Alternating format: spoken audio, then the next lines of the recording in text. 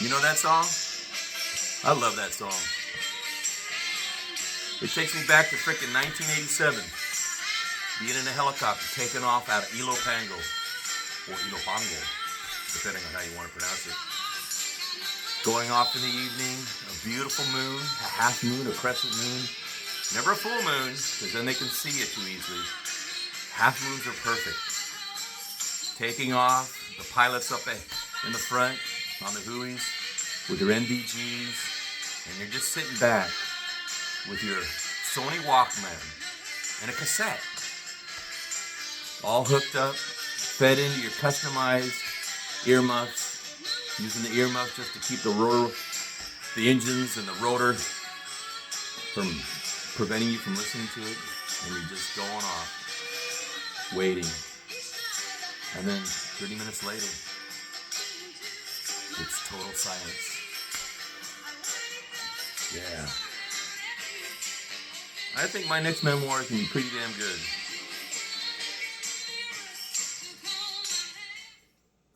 On that note, we all have nowhere to run, nowhere to hide. With all this stuff happening with Epstein, damn. You know when you take a tuning fork and you hit that tuning fork and it starts vibrating, and it's got that high frequency, that high vibration. It's at its peak. And then you were to touch that to a glass. What happens to the glass? That's what I see is going to be happening pretty soon. Because I think we're getting to that high value vibration frequency where the only next stage is going to be total immediate release. It's kind of like that description of how, forget the name of the character in Ernest Hemingway's Sun Also Rises, the one who was the wealthy guy who lost all his money in the crash. And he described it where it was like, at first slowly, and then all of a sudden. I think we're getting to that point. And my question to you is, how prepared are you for this? Because I'm seeing people starting to lose their minds, basically losing their shit. And it's all over the internet. And then you got other people who are just vying to distract you. Like Sean Ryan's show has been more and more into distracting you. And then Chase Hughes today. Dude, are you part of the program? Because I'm starting to think that you got a new contract. And it's not teaching people how to interrogate people. I think it's more along the lines of, listen to my voice. Let me take you down a road. And as we go down this road, and you breathe in, and you breathe out, and you become more and more relaxed as you follow with me and my voice in your breathing, coming up and going down. And with every moment, you find yourself becoming more and more relaxed, and your eyes begin to get heavy, and they begin to drop. And you find yourself in a very, very relaxed state. And you sit or recline and just be with this form of relaxation. I ask you to stay in that moment for just this moment. And that's where part of us is being distracted. But presently, I'm just trying to put you in a relaxed state so you can be calm as you listen to the things I'll be telling you in this coffee talk. Because I want you to be happy. I want you to be where I am with my loved one. And where is that? That's a point in existence where you can look at your loved one after watching all the craziness and all the insanity and all the depravity that's been happening as a result of all the leadership around this world that has been so taken over by a cabal. But that you can take a moment because you've prepared You're ready for this. You're confident. You're relaxed. You're clear thinking. You're thinking critically. And you look at your loved one. You just look over at them and you say, we are so fucking lucky. And your loved one will look back at you and say, yes, we are. If I can help you get to that state, I've done my job. I've realized why I'm doing this coffee talk instead of just doing the interviews with all interesting people, like Sean Ryan does the interviews with the interesting people, or Chase Hughes takes you down these metaphysical trips into the origins of our spirituality in essence. Or Scott Mann is trying to get you at peace with your military background, and you should tell your soldier story, right? No, not me. I'm here to make sure that you are listening clearly to what they are doing and the games that they are playing and the difference in what I'm offering you, which is to see clearly, to understand what the real psyop is. And the real psyop is in order to get you distressed, fearful, combative, where you're going to totally lose your shit. You don't want to do that, especially now. This is the moment. Just like when we used to set up ambushes and we'd be waiting, and I had to be sure that every one of my men was not going to fucking freak and jump or run because they were getting so close. We're talking about you don't start shooting until even far beyond seeing the whites of their eyes. You're so close that when you open up, it's like an immediate explosion. That's danger close. This is where we are right now. We are danger close with all the machinations, objectives, and manipulations that have occurred in this world by these cabals who have succeeded for centuries. And this is the next evolution that they're taking us through. And the question is, who's going to be on the other side? Because, as I said, when I started doing the first coffee talk, go back to the very first one, I told you, only 20% of you are going to make it. The 80% are going to be gone. It's a sad fact. And the reason is because the 80% are sheeple. I'm not trying to reach the sheeple. If I did, I'd go and get a bunch of backers and funders, just like Ryan, just like all these other people who have millions of subscribers. Millions. I will never get to that point. And I hope I don't, because if I did, then I've crossed over. So that'll be my check to you, to check me, to say, if he gets over 1 million subscribers, or 2 million subscribers, or even 500,000, if I get up to 500,000, man, somebody got to me. Somebody got to me, because that can't be supported without some fucking heavy funding. And as we know with TPUSA and Charlie Kirk, when you get to those kind of numbers, and we're talking about that kind of money, it's not clean. And it's not the group that you want to be allied with. If you have a sense of honor and goodness, and you realize what true evil is. But I want to make sure that you can look at your loved one and say, we are so fucking lucky, because you too have sat up. See, this is the thing you should be thinking about. What is the commonality?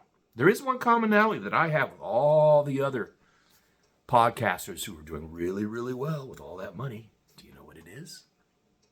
It's something that I want for you too. And I'm going to try and show you how to do it in terms of have an objective of where to go. After that, we can talk about how to do it. Okay, but that's more like, it'll be so particular to you. I just want to get you going down that road that you'll be able to personally find out what to do. This is you being vested in it. Because you're not going to get this by it being handed to you. So if you've been thinking about it, what is it? What is it that Sean Ryan, Chase Hughes, Joe Rogan, Glenn Beck, who's another one that I know has this? Tucker Carlson. Who else has this? Sean Ryan, I told you. No, Scott Mann doesn't. What else? Yeah, but those mainly. What is it they all have that I have similarly? That we all have, and it's the best thing that you need now. 3, 2, 1. The answer is, I'm giving you the last second. Write it down. Write it down right there in comments. Which one? What is the similarity that I have with all these other people? Come on now. I don't want to just give it a freebie to you. Come on. We all have land. We have our own sanctuary. Or more importantly, we have our oasis. Or I'm now going to start calling it, because of a movie that I'm going to implore you at the end to go watch, called The Last Valley. We have our last valley.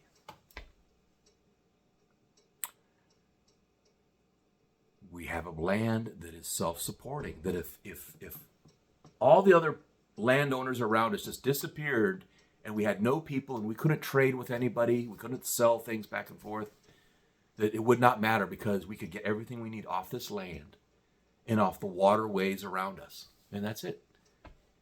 So we are truly self-supportive. Not off-grid, but we can be off-grid if we have to. An immediate stone. We have the backup to do off-grid. We're not off-grid. And I'm not telling you to go get off-grid. Everybody who was doing this off-grid thing, like you're going to be saying, if you can be on-grid to get things done, to run machines that you can't run as easily being off-grid, then don't do it. Okay? Be on-grid. As a matter of fact, one of the best things I learned from my mentor, Skip Ellsworth, best log home builder that ever was. What, 4th generation log home builder, direct. Student number 3 of Bruce Lee. That was his other claim to fame. I thought that was pretty cool. Passed away in the Philippines. Skip was a good guy. I'd be calling him every month.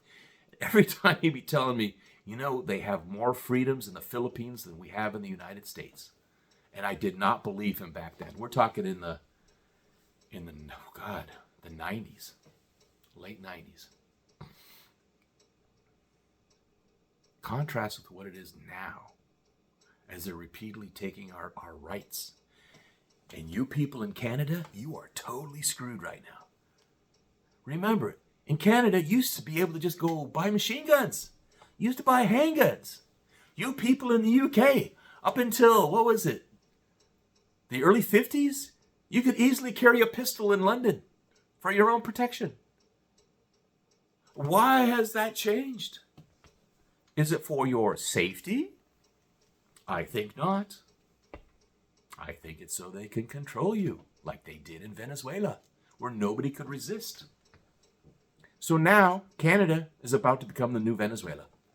Oh well. Maybe they're going to start speaking Venezuelan Spanish in Canada, because they're going to be in the same situation with Carney. Carney is going to be their Maduro.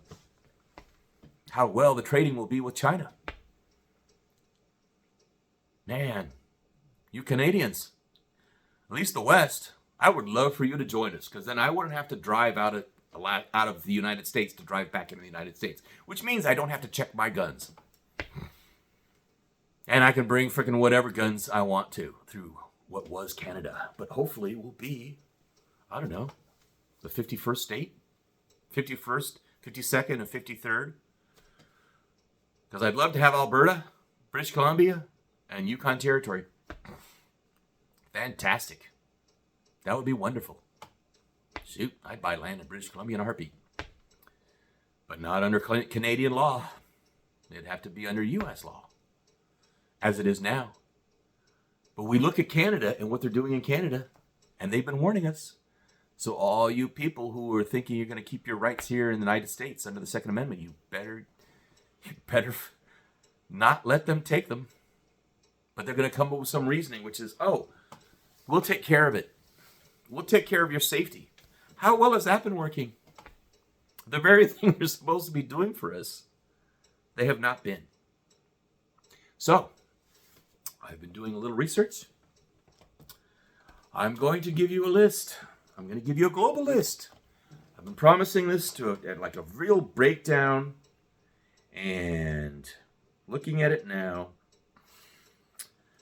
Where can we go? I'm going to take you around the world, and I'm going to break it down for you, because even these places, these lists that have come up are just kind of questionable. But let's say, like, the number one, if there's a currency collapse, the countries that pop up that would be good to go to would be Switzerland and Singapore. What are the issues with Switzerland? Switzerland is landlocked. I personally cannot live in a nation that's landlocked. Okay? Because we have so much food resources that are available in the ocean that it would be insane to be that far away from the ocean. And remember, landlocked societies have always traded with those on the coast for that need to be close to iodine-holding food sources. It's very important to our glandular system, right?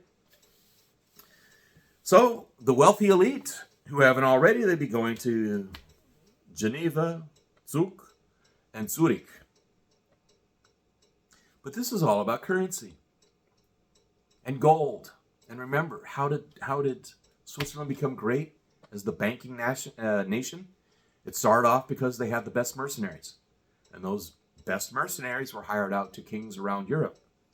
And the gold that they were bringing back, they started realizing that hey, why are we going to keep on freaking going and fighting these wars and endangering ourselves when we could actually just loan out this money to these royals, and then they can go and purchase other mercenaries from other countries. And that's actually where the other line of my family, which would be Scots, got into the fray, because Scots made great mercenaries too. So warring has always been a moneymaker. So this thing about having the military-industrial complex, remember what I told you. History repeats, and I'm really loving that Argentine saying, which is, history repeats. First it comes in as a tragedy, and then it comes in as a comedy. Because you can't believe that people be stupid enough to let it happen again, but we do, because we forget, or we don't know. And the reason is, sometimes, or a lot of times, especially now, it's not being taught in schools.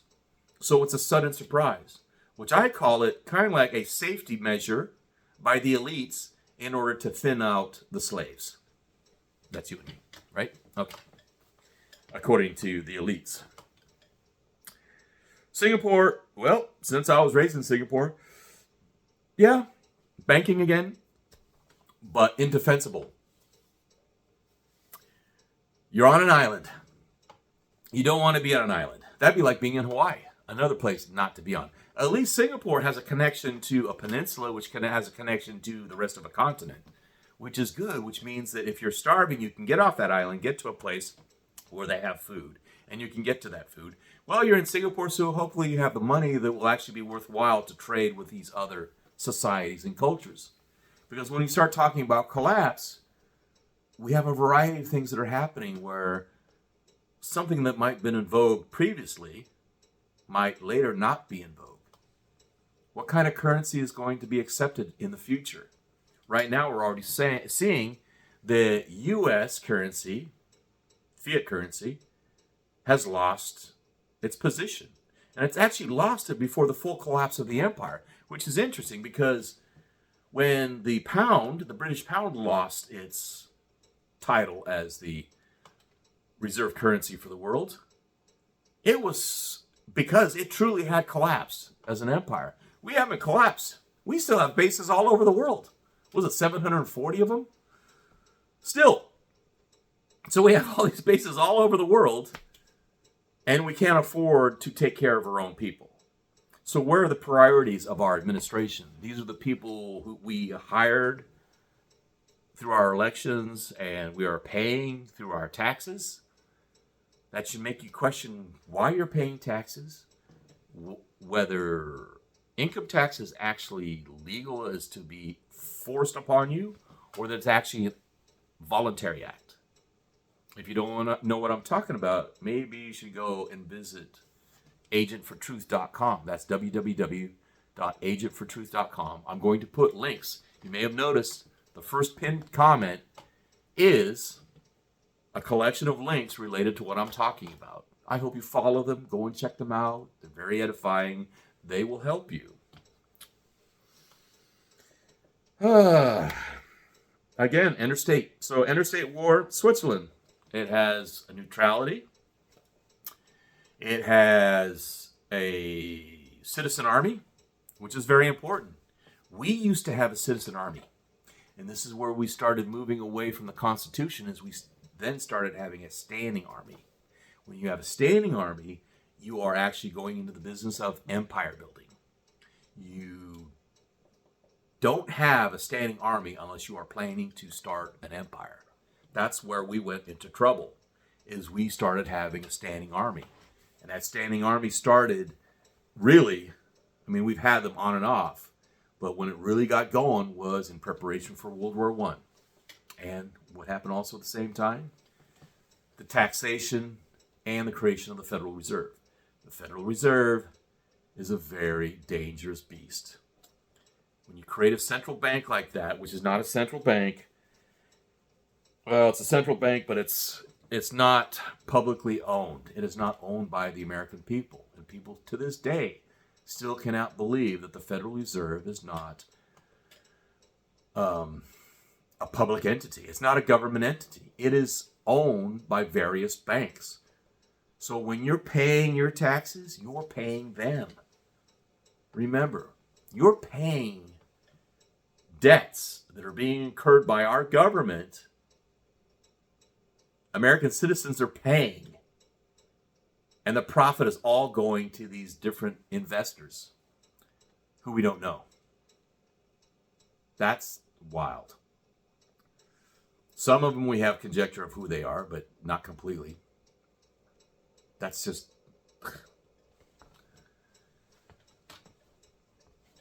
When they destroy the Federal Reserve and our dollar just says U.S. note instead of U.S. Federal, it says Federal Reserve note. Don't look at your paper. It says Federal Reserve note. Every bit of currency is Federal Reserve note, and it goes to the Federal Reserve. You can actually get U.S. notes, and you should read about that. That's another way to make sure that you don't have to pay taxes, because if you're paid in U.S. notes, you're not paying the Federal Reserve.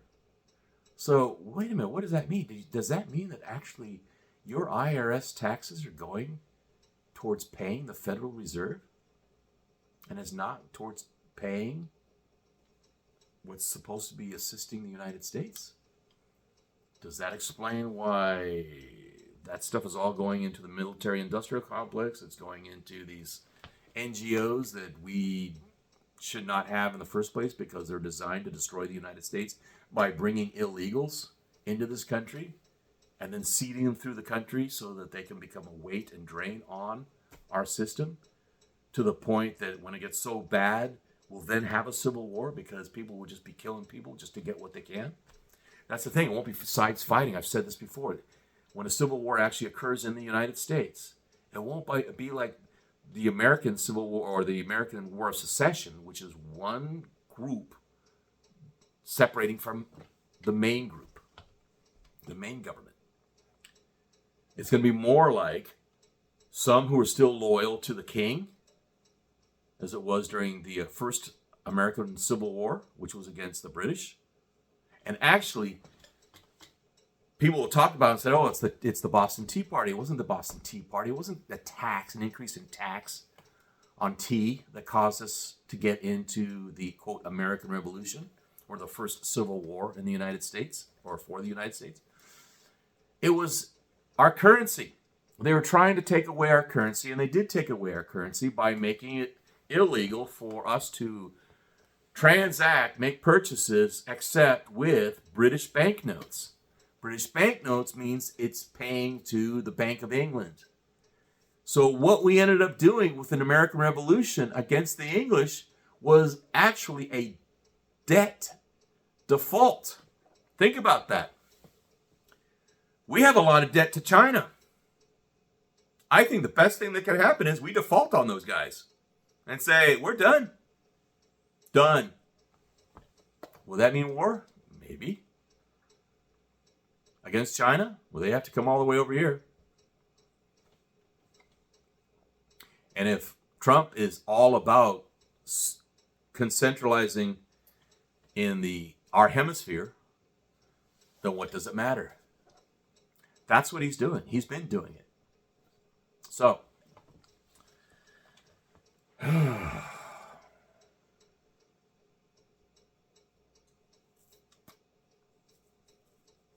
Switzerland, New Zealand. I highly recommend New Zealand now.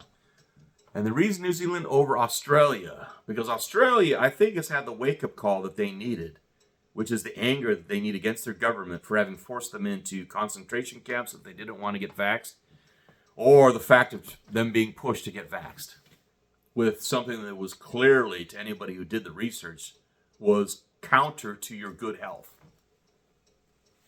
I'm still waiting for the lawsuits, and I think that's what's going to actually get it to the point where you have more of a French Revolution around the world where people say, we want to hang or put the elites who paid for this, which was a blatant attempt to thin the population. We haven't even seen the full repercussions. We've seen the initial repercussions. We've seen the miscarriages. We have seen, 80% of mothers who had the vax, who were pregnant, women who were pregnant, who got the vax, 80% miscarried. Think about that. What are the longer ramifications? How many are going to be able to have children after? How many are going to have children who are defect-free? How many children have been vaxxed? That's one of the biggest concerns in my family. That's what fucking totally pisses me off.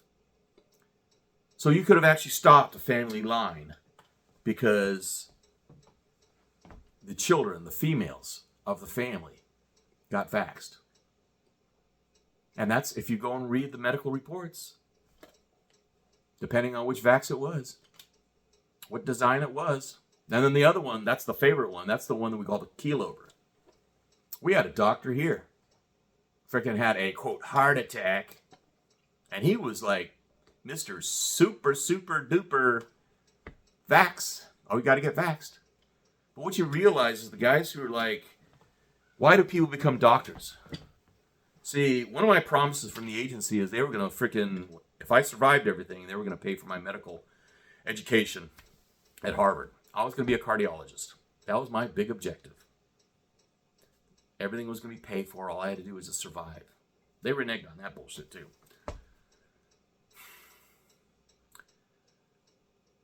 But what I learned about medical is there's two kinds. There's people like me who believe it's a calling. We are there to help. One of the first duties that I had was to be a corpsman in combat as a paramilitary. Because you got to do something when you're out there. So you're going to be a weapons specialist. You're going to be the platoon leader. Or you're going to be the comms guy. Or you're going to be the medical guy. By that time in my life, I say, you know what? I've seen so much crap. I've seen so much combat by that time that I was doing medical attention already. Because I had already studied the first aid, and then from there I went into more advanced training in medical for combat medicine. And when you have that kind of bent that you want to help people, that's one type of person who goes into medicine. But there's another type of person that I notice that goes into medicine, and that's the one that goes for the prestige. And what I've noticed is the ones who were pushing the jab were the ones who were into the prestige, because they didn't want to rock the boat. And when Pharma was telling them, this is the truth, and this is what you got to believe, and this is what you got to tell your patients and your clients, then what do you think is going to happen? And those are the ones who also at the same time believe the poison, which is, oh yeah, this is the best thing since sliced bread. Well, here's a guy who was in perfect health. You'd never imagine would just keel over and die. But then when they start doing the autopsies and they start pulling some weird stuff out of their veins, weird stuff. I mean, growth tissue. You've seen the videos. You've seen the pictures. If you haven't, just look it up. It's there. These are the repercussions. And when the populace fully... There's two parts to this population. And this is part of that experiment I was talking about in the last talk. About Argentina. That they're testing down in Argentina. About how much will the populace take before they'll fully revolt. And that's a big question right now here in the United States. How much, with all the pedophilia and the cannibalism and the murders that are documented in the Epstein files? I'm telling you, I have been going through those files.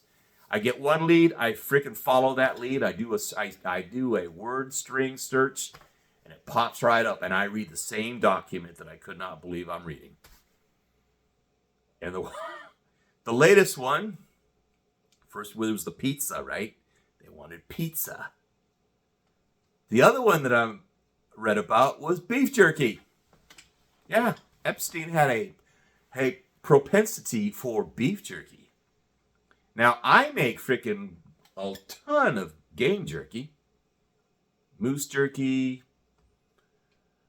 deer jerky, caribou jerky. But you know what? I don't have to refrigerate it. I don't have to keep it in a cool box. Yeah. So I'm really curious about that type of beef jerky. And you should be too. Remember what I was talking about with the Frankists? It's all about committing as many sins as you can. Because by committing those sins, the guilt aspect within your psyche, because even I can't say that because that is one of the signs of a sociopath and a psychopath is the idea they don't have that valve, but the majority of people do. And those that follow Frankism, they're using that sin to create amount of guilt that causes them to have a drive. That's how sick and twisted this stuff is. So they'll commit sin. That's that salvation through sin I was talking about that Frankists believe. The followers of Frankism, which was created by Jacob Franks. You should go read about him. But because basically all of the power elites that are in charge of this world right now and use their fronts like Trump and Starmer and Macron, especially. God, Macron is like in your face. Millet, Noboa, and Ecuador. These are all fronts. They're actors. Some of them are flat out actors. That should give you a heads up. You know, I thought, okay, well, we talked about Reagan, but you know, Reagan actually was a thinker until he started losing his mind, to dementia. And he was a true believer in the Constitution. That's what his psyche was. And there were things that he tried to get done. It's a totally different world in contrast to what, once Bush Sr. came in, that opened the door to all this. Because that was the world in which he was working in. That was the world which was surprised that Reagan won. There was a study at the agency as to why did Reagan win instead of Bush Sr.? That was a really big question because everything was loaded with the idea that Bush was going to win, and he didn't. And he became VP. And then he got in after Reagan left. And that was the beginning of, quote, in his own words, which you Google it, New World Order. And that's the thing about right. So there's nowhere to run, nowhere to hide. Do you know why there is nowhere to run, nowhere to hide? Everybody's asking. I have friends who are multimillionaires trying to get me to freaking advise them on where to go. And I am working down as part of the project, working down to these places that I can recommend to them to go to that are oases, that are last valleys. Oh, so I'll talk about, The Last Valley. Watch that movie. It's with Michael Caine and Omar Sharif. Okay, I think it came out in the late 60s. But guess who was the director on that? It was James Clavell. James Clavell was the one who wrote Shogun, or one of my favorite, King Rat. Why King Rat? Because I've been to Changi Prison. So Changi Prison, when I was a kid, was actually, if you were a druggie, that's where they sent you to be executed. But back during World War II, that's where the Japanese put all the Brits and all the Allied prisoners in one of the most horrible prisons in Southeast Asia. Okay? But James Clavell directed that movie. It's a great movie. And it's set during the 30 Years' War. You know, when Germany and Austria and France and the Vatican, so it was the war between the Protestants and the Catholics. And Omar Sharif plays I think he was a Catholic priest. Because Michael Caine played an Austrian mercenary who was going up, and they were fighting the Catholics. But they were getting to this, basically an oasis in this valley. And this is what you're left with finding. Sean Ryan has his. Joe Rogan, I think, has his. Glenn Beck has his. I have mine. I searched all over. I was thinking, where in the world could I go? And it's still specific because anywhere else around is not good. Except in another area. There are other areas further north, but they're away from the ocean. I can't be that far away from the ocean. I realized that I have to live by the ocean because I lived by the ocean all my life. And when I've not felt right with myself. In the same way with people who are better suited for the desert, and other people are better suited for the mountains. And that's why I say, so Jaden, if you're thinking about New Mexico, yeah, New Mexico. But the thing about it, you commented about whether you could go to New Mexico, but desert is not a good place to be in terms of water. But if you find an oasis in that desert, then you're in a very good place. But the question is, how many other people know about that? And remember, Ken Hackathorn. Ken Hackathorn is Mr. 1911. Ken Hackathorn had a saying as to why he lives where he lives, and I'm not going to say where it is. And unless I can get him in an interview and we can talk on Zoom when he's willing to even say where he is, I'm not going to tell.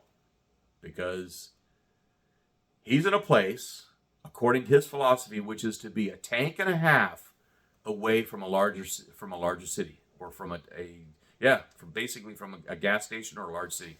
The reason is because that will thin out the people who are trying to get away from the cities when they start starving. And people will be starving because what community relies on imports? 100%. Pretty much 100%. Cities. You don't want to be in a place where it's 100% reliant on importation. So, again, I'm pushing for you to get into the country. Remember, I'm not a country boy. I come from a prior generation's ancestors of country people, but I was born and raised in the city. I was born in Trinidad and Tobago. I was raised in the pearls of Southeast Asia, Singapore and Saigon.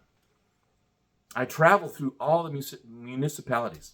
But I also was lucky enough that I would do things like go on field trips into the jungle. I went on, like I said before, we went through training with the New Zealand Kiwi, the New Zealand SAS.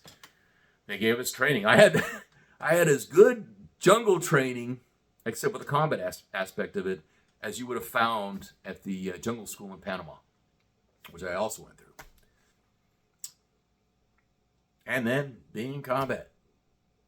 I actually had skills that I brought from childhood, from having lived in Southeast Asia. So when I got to Alaska, can you imagine how different that was? Even though I always dreamed about it. As a matter of fact, my diary that I kept in Central America was I was going to grow my hair long and move to Alaska. Grow my hair long. So in 1990, when the war was done for me, I went to Alaska, where I am now. And that was my introduction. And that was my acclimation to a place that is good for me. It's not to say it's good for you, because you have your own place. And that's the whole thing of looking at all the different places that you could go to. So, civil war and internal conflict, everybody's going to Dubai. Why? Because it's got wealth. But the thing about it is what's going to happen when you begin to have more and more extreme identification with being Islamist, Muslim, and not Muslim. Are you going to be able to stay in a country like Dubai? Well, in a city like Dubai, in the UAE? Are you going to be able to stay there? Don't know. Things change when you have true desperation and conflict. That's something very important to remember. A country that looks good now, when we're still living off the fat of the land, off the time that was created in the 50s. The peak of the American Empire bell curve was in the 1950s, early 60s, right? And we've been steadily going down. But we haven't hit rock bottom yet, evidenced by the idea that you still have free food to people who need it, if they're willing to ask for it, through our socialist system, our social systems that we have in this country. When we no longer have those, that's when you really see the eye or the face of the nation. And that's what you're going to have to be aware of. Do you want to do it in the Middle East if you're a Christian? If you're a Caucasian? If you're a Westerner? Do you want to be in Asia? Do you even want to be in Laos if you're Vietnamese? Or be in Vietnam if you're Thai or Cambodian? Come here. Remember, we have ancient animosities between these peoples. They will come back. All the pacification that has occurred since World War II in Asia, that will go away. Because you'll have tribalism coming back again. That tribalism will be based on language and tribal identity. That tribal identity will be not Cambodian, but Khmer. Right now we call them Cambodians, which is more like Camboye, which is more of a modern terminology, but the origins are the Khmer people. So when it's the Khmer people against the Cham people, and that'll be in Vietnam. It'll be the northern Vietnamese separated from the southern Vietnamese. South Vietnam are Cham people. The people in North Vietnam are more Chinese. And that's where Vietnam comes from. Vietnam literally means, Viet means people. Nam means south. These are the southern people. Means that they originated in China and came south. Tribalism is going to be coming back. You're going to have to look at that. Europe, Germanic peoples, Frankish people, the Franks. Who are the Franks? They became the French. The Romans. It'll be interesting. Will there be another tie between Romania and Rome again? The ancient Romans are actually Romanians. Look at their peoples. We are switching. Remember, it's a site. It goes like this. It goes back up. It goes. This is. So you have one bell curve, but there are many bell curves through history. Think about that. One bell curve, and we're on this one bell curve in our life that we're participating on. But there are other bell curves that have been the cycles that create the cycles of up and down and re-experiencing various events in the world. The difference being the culture, the technologies and the metamorphosis of the different cultures and the originations. So you had Spartans and you had Athenians, but then they morphed and became Greeks instead of being independent. And France, the Gauls. So you had peoples who were the Gauls, or my ancestor, the Celts and the Picts, right? And the Saxons on the English side, and the Normans. And who are the Normans? They're the Norsemen descendants from Rollo. Remember Rollo? Remember the TV show Vikings? Rollo was the one who was he was given the area of Normandy, and he ruled that area. But he was a Norseman. So you have Vikings who were in the north, who were in England, and then you have the Vikings who were in northern France. And they separate. Then you have the Rickards. Is it Rickards? Who was the king of Russia, who was a Viking. You're having this cycle going up and going back down, and you're going to see how this is going to play out. I'm really curious to see how it's going to play out up here with the native population. Are they going to be coming and trying to become a stronger entity within what will be the new Alaska? That'll be interesting to see. But as you're making this move, I want to bring something up, which is I talked to you about the idea that the American Revolution was actually a debt default.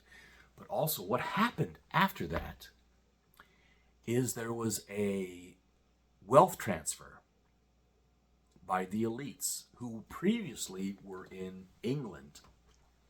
And they started moving their wealth into the Americas, specifically into North America and specifically to the United States, which is interesting because we're enemies.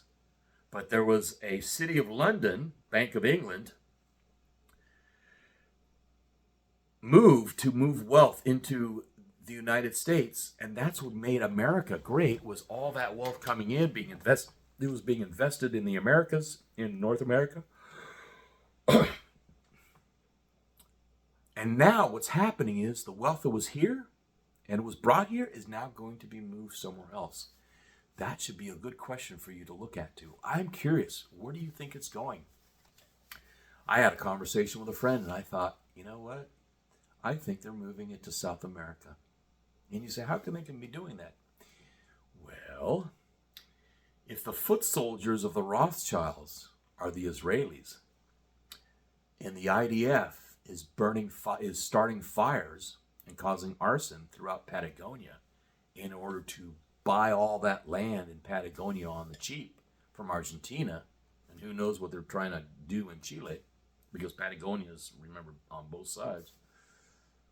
They will make that their new base. And the wealth will be going down there. I don't see it going actually to Argentina. I actually see it going to Chile. So that wealth transfer that's here in the United States will be going down to Chile. Others might say it's going to Buenos Aires and it's going to go to Argentina. So they're moving the wealth again. In the way that the wealth was moved in the 1800s, was moved out of the UK by the Bank of England into the United States. And it solidified.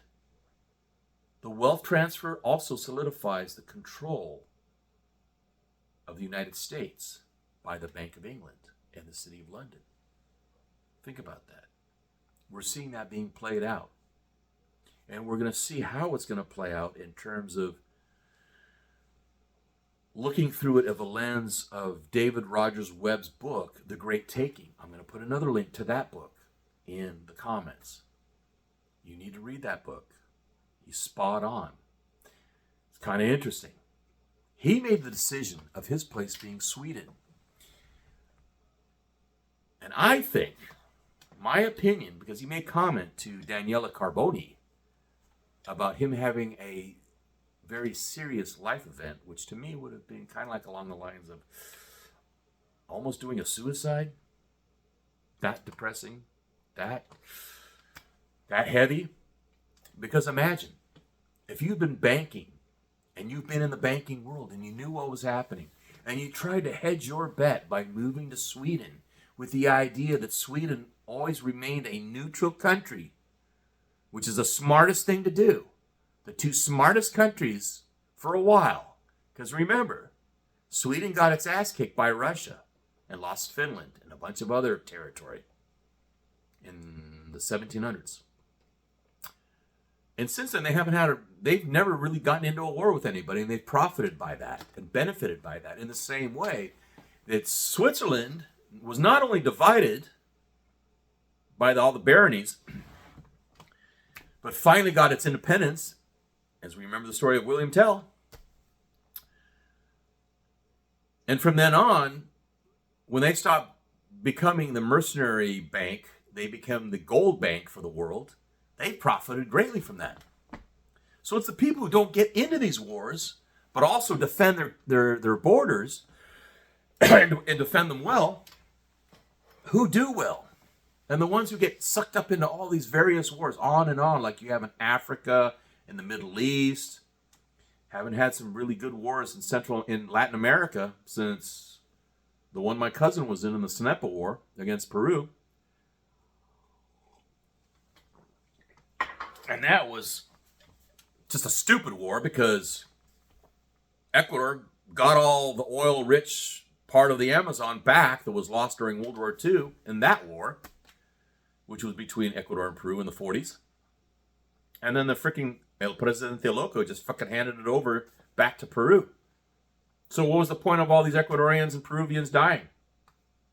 Think about that. These politicians can be so willy-nilly with the lives of its armed forces and its soldiers who are supposed to just be defending the country. Unless you're trying to take over things, and that didn't work out too well. So think about, David Rogers Webb. So there he is in Sweden, and he's got his land. He's got his last valley. But then he realizes that, oh crap, Sweden now joins freaking NATO, and now they're preparing for war with Russia. That is the stupidest thing. I had always admired the Swedes until they did that, because I was like, that is the stupidest thing. You got mixed up with the City of London. That's the reason it's happening. City of London has been bankrolling all this stuff. And remember, the reason they're after Putin is because he did come to the WEF. He came to the WEF. He saw how insane it was and what they were trying to do, which we've been suffering through with all this transgender stuff, all this insanity that's created more insanity within the society, the acceptance of things that you just don't accept because you know that it ruins your culture and your society when you do, i.e. drugs. Because when you make it okay for all these drugs, guess what? Those who want to put war on you in a drug war, a.k.a. the City of London, and the Saisons, who did it in England, they did it in China with the Opium Wars. And so they're doing the freaking marijuana war here, and the fentanyl war, and the heroin war. Drugs are another tool of warfare. And it's been used very effectively in China, and it's been used very effectively in this country. It's been used very effectively in Canada. That's why the Canadians are just rolling over and taking it in the butt. Constantly. By their government in Toronto. And now, when they take your guns, you are fucked. You might start calling yourselves Chico and Pepe. And consider yourselves Venezolanos del Norte. You'll be the fucking northern Venezuelans. Totally screwed. And Americans better fucking wake up too, because there's a point where you need to freaking take control of the beast that has been let loose. And that beast is in D.C. And your voting's not working because every one of them is owned by the Israelis, the Zionists. It's flat out clear. Who's got the most money in this country? Who's been buying up every one of them? And it's all in the Epstein files. I had to take a break from the Epstein files because when I started seeing the beef jerky, god damn. So these people are eating people, and it's documented there, and our own freaking DOJ, FBI won't tell us who those freaks are. Because those people should be freaking hanging.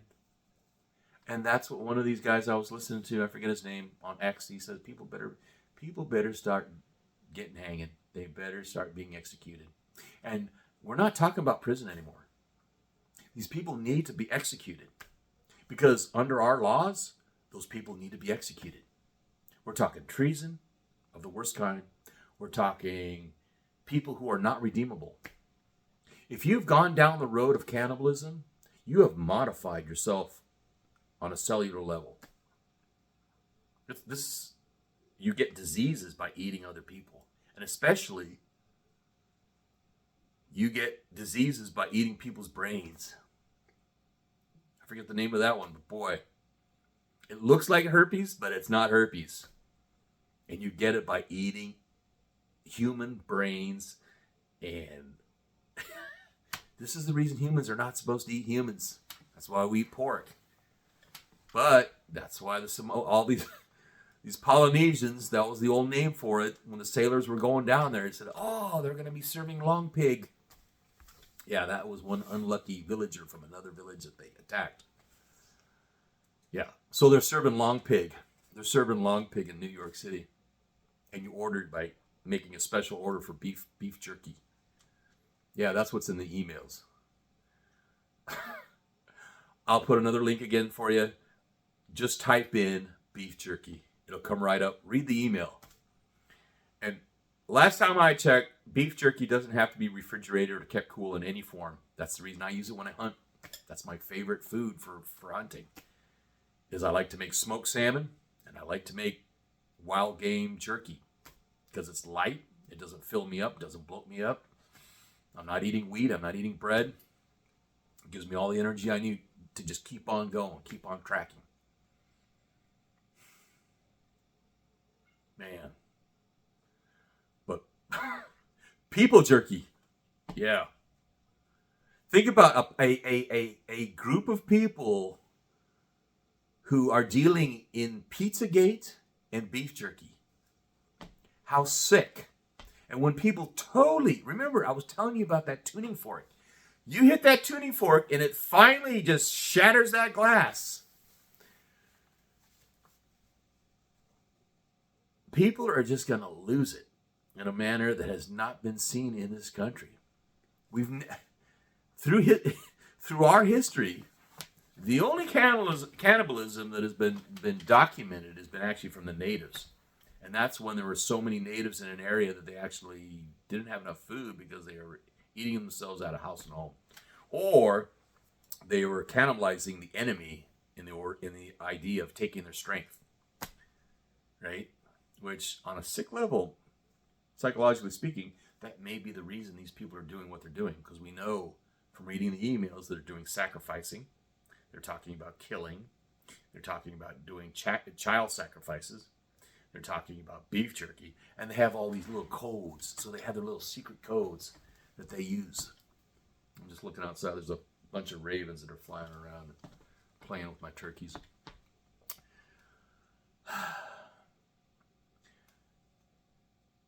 Where to go? Quick one, as I finish out, is that in the United States, you got the Appalachians. Again, I'm not going to give you specific areas because if I do that, then I'm going to be like that nerd and nomad capitalist who's telling you specific areas and he's taking you there and then he's ruining it. So all these people, he makes his money, gets his cash out, and he's on his way. I'm curious about where he's going to end up because he might be, you know those scenes where it's like the guy who's been like just a real dickhead and jerk and he's like been conniving and that's how he's been surviving. But then he gets to the wall and the big giant wall of zombies comes and it gets him and they start just chewing him and that's like the end of the scene. Yeah, I see that. I can see that with this guy where he thinks he's being so wise and so smart and he's like, oh, I'm ahead of the game. But he doesn't realize he's actually painted himself into a corner. And he's stuck. And then the zombies just freaking finish him off. Oh, so you got the northern Great Lakes in the interior, upper Midwest, all the madness, the craziness in Chicago and Detroit.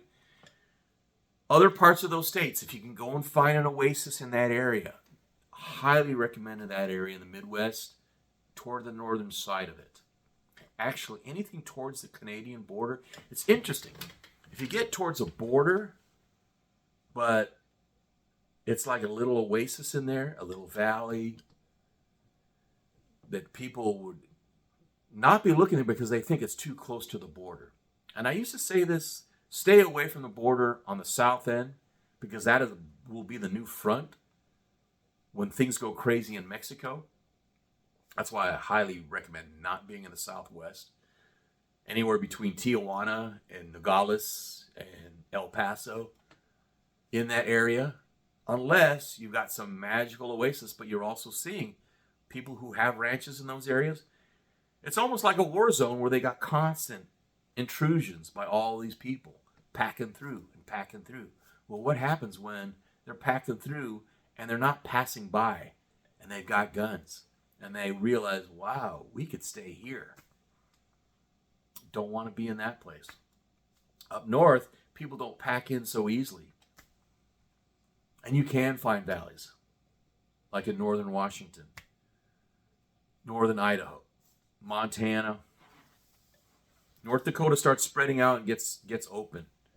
North Dakota, and then you get into Minnesota, Wisconsin, upstate New York. That's another great area. Getting away from Rochester. Get away from the big cities, but be in areas where you have mountains and you have mountain ranges. The Blue Mountains, western Pennsylvania versus eastern Pennsylvania. Areas that are considered meth head sections can actually be good because they keep out a lot of people, keeps the prices down. And if you can take control of your area. We had an issue with meth heads. They've thinned out. They have been thinned out. And there are precautions you can do on your property that would be very, very uninviting to a criminal. Not the least of which is security cameras. Like, nothing happens on my property without me knowing about it. But not only that, what is the entrance like to your property? If it's open and inviting, yeah, they're going to drive right up to your house. If you put something as a block that can easily be moved when you leave and come back in, and it's hard for them to see the full layout of your property. If you haven't planted trees and you've got a wide open lawn, you should be taking care of that. I'm going to be talking about how the wealthy in foreign countries, because I've been in the homes of some very wealthy people in foreign countries, and I've seen the difference of what it looks like on the outside, and what you see on the inside will blow you away, because they are in such contrast. You'll find that happening in this country. And the reason is because we've had this, let's outdo the Jones. So let's show what we've got so that our neighbors down the road, and then you get in this competition. That won't be happening anymore. Because if you keep on doing that, the other guys and the people around, they're going to just come and steal your stuff. That's it. You don't want that. You want people to come by your property and go, there's nothing here, and just keep on going. Keep on going. You don't want to stand out. You don't want to stand out. You want to look just like the people who are there. And your property should not be inviting from the outside. What you have inside is totally up to you. And you can do whatever the hell you want. However you want to decorate and however you want to plant and lay out things. And if you do it right, it could actually be a major benefit to you. So, hey, I want to do a run through on EDC. I want to do on last. So, this is my ADC. People say this is too big. It's too hard. But let me show you. Look at the profile of that. See that profile? That profile right there. It's amazing that John Browning, when he designed in 1911, he designed one of the best concealable weapons just because of the thinness of the grip. And the power of a 45, there's nothing that beats it in terms of controllability and effect. They came out with a 10 millimeter. They aren't doing too well unless you're going in a bear. But you know what? This is my bear. I'll use this on a brown bear. I've got either buffalo boar or I've got double tap. Cast bullets in there. Heavy penetration. My buddy Phil Shoemaker, he's noted of having taken down a couple brown bears with a high power, well, not with a high power, but with a 9 millimeter. I think it was a Smith & Wesson. And I carry it in a Galco. This is a Galco holster right here. This is for more concealment. I have another one from Triple K that I use, which is more of a pancake. But that might be too heavy for the ladies who are listening. This is an M&P. This is even more concealable. Again, it's a 45. Big hole, big effect. Very concealable. I'll do that if I'm wearing a suit. Don't want anybody to even have an idea that there's a bulge of a 1911, right? Then we get into the 9 millimeter. So with the 9 millimeter, this is a standard Glock 17. You may notice that I do skateboard tape. I believe in having full purchase on your grips, so you don't have to worry about slipping, sliding, sweat. You have sweat, you have mud, you have dirt, whatever could get into it or on it, on your hands. You want to have total control of your weapon, right? So I also, because of the way I shoot, I have tape here. This 1911, professionals always customize. This is the thing about being a professional as compared to an amateur. An amateur just takes a weapon and just uses it as is. You may notice that I've done something to this. I have taken skateboard tape. I didn't take a grinder and try to make some type of friction hold on here.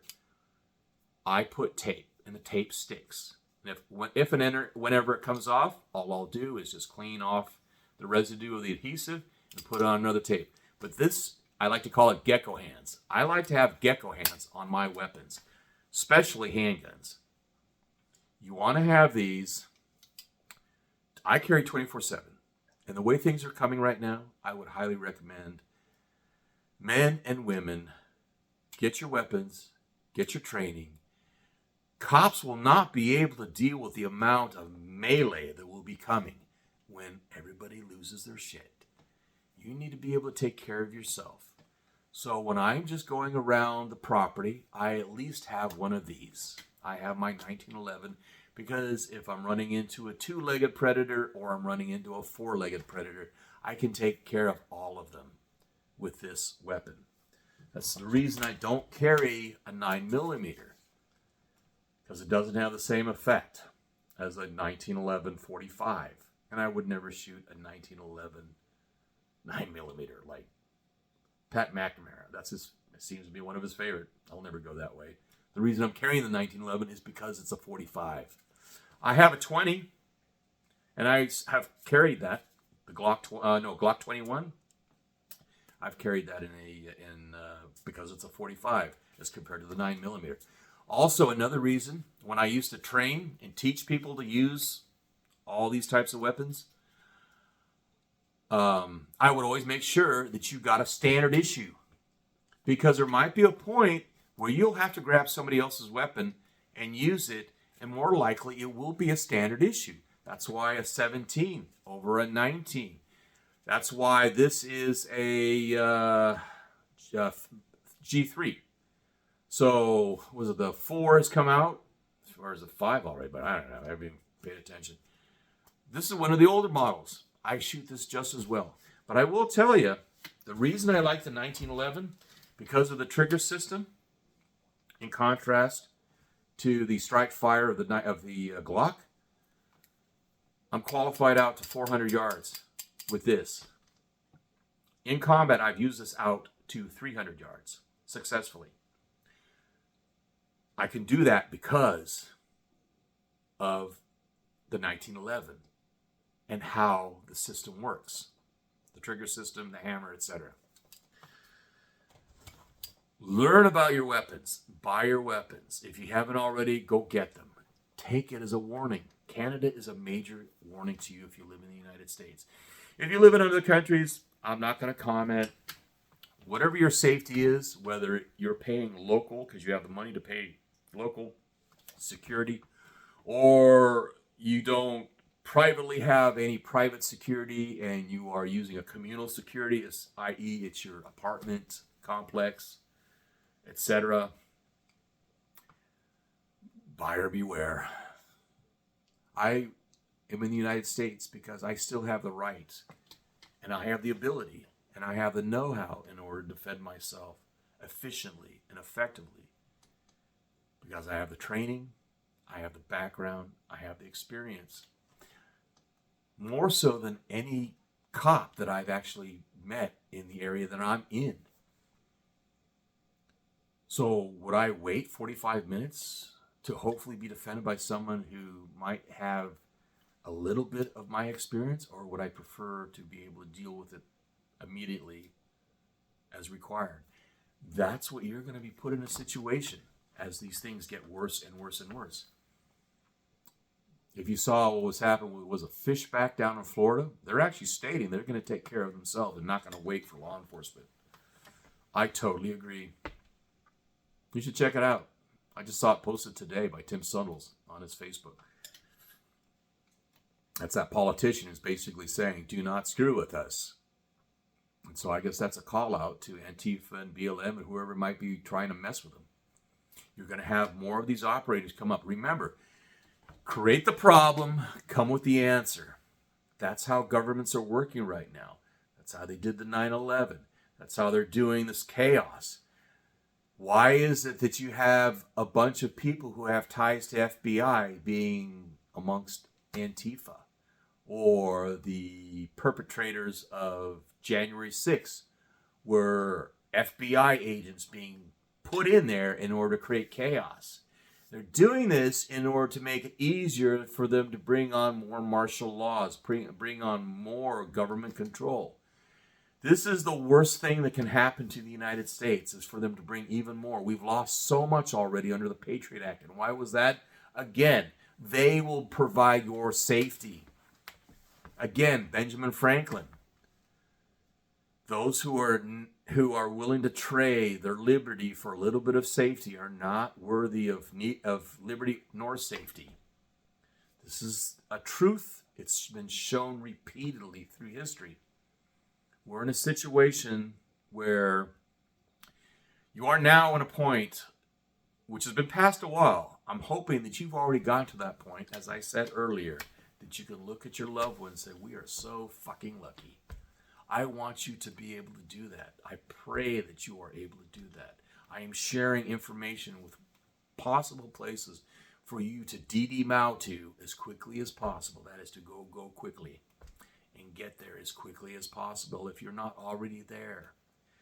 If you have to bunker in, I hope you have the wherewithal within which to bunker in.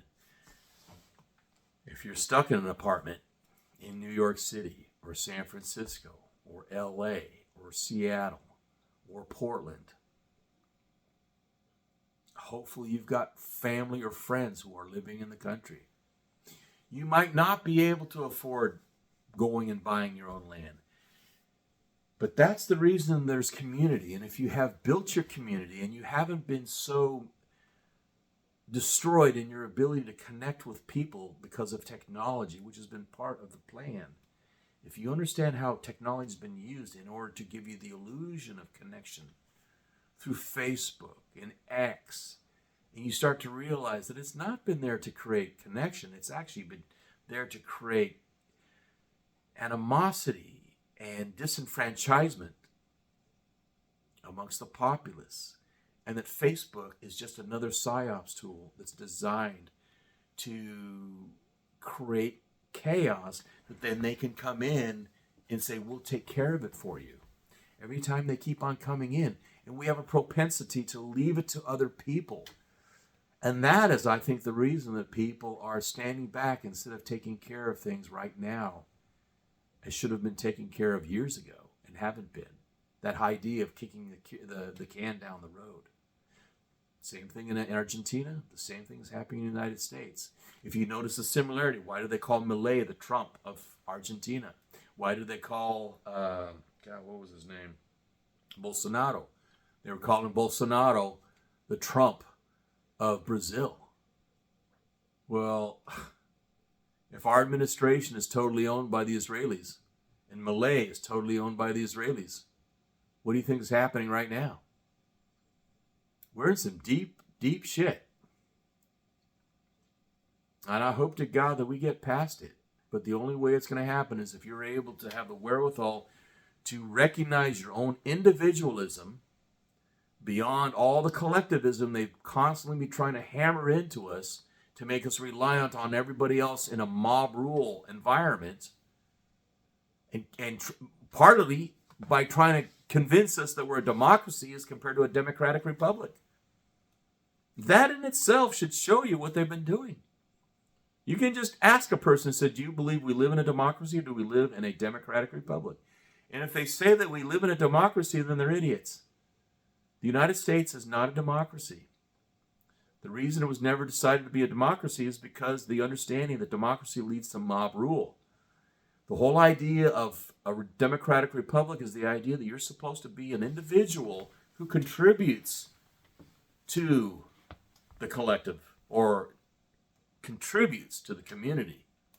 But there is no collectivism. Because if you have a collectivism, you have no identity. You won't make decisions based on your own personal connection.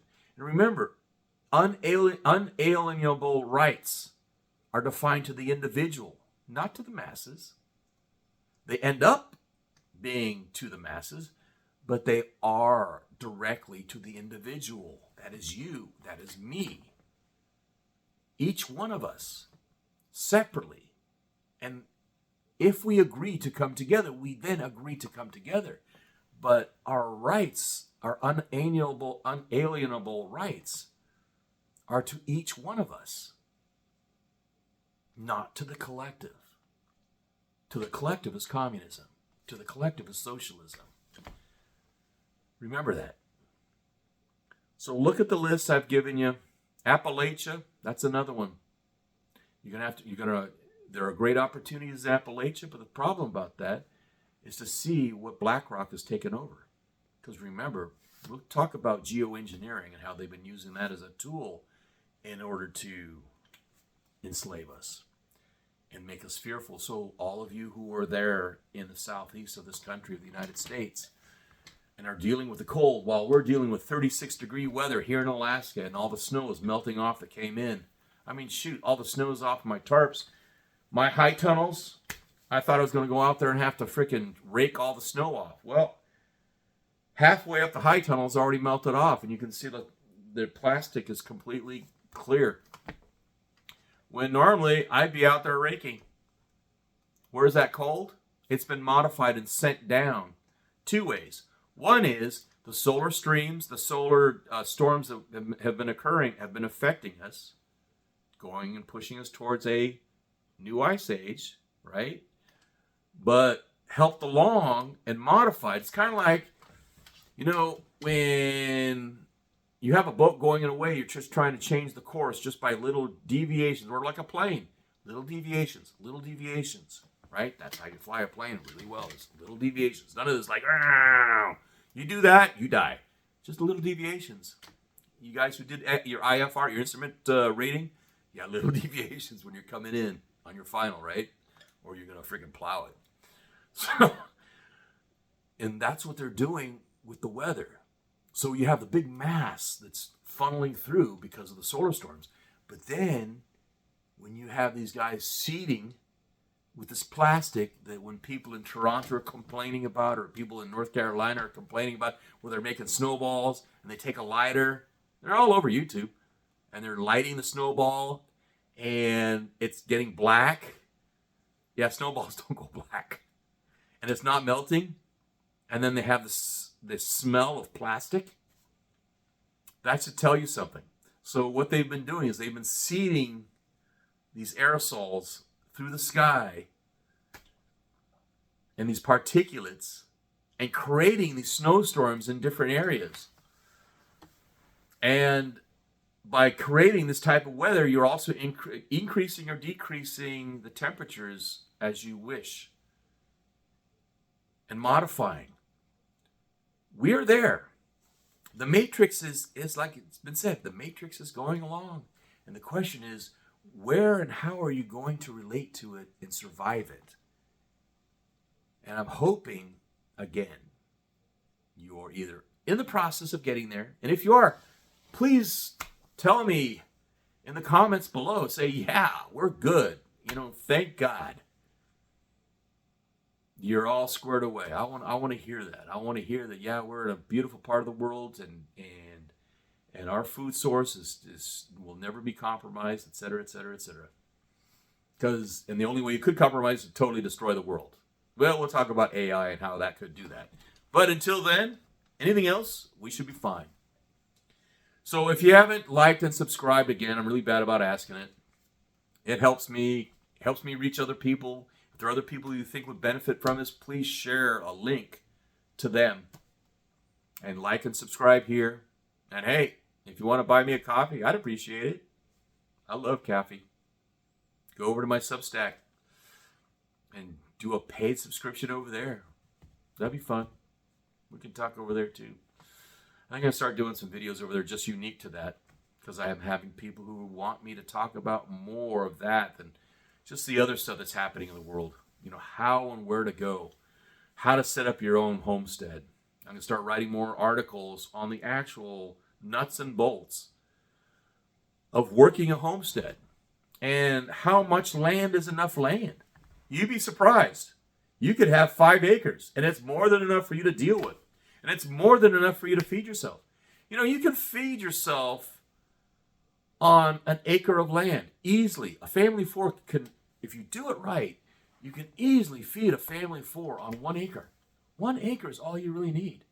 You don't need freaking 10,000 acres unless you're running buffalo like Ted Turner, who's got what? 50,000 acres? But now what? Bill Gates has got more than he's got? When is enough? When is enough? And when is it that people think because they have wealth that somehow they are touched by God and they can dictate to the rest of the world? Has that ever popped into your mind? If it is, let me know.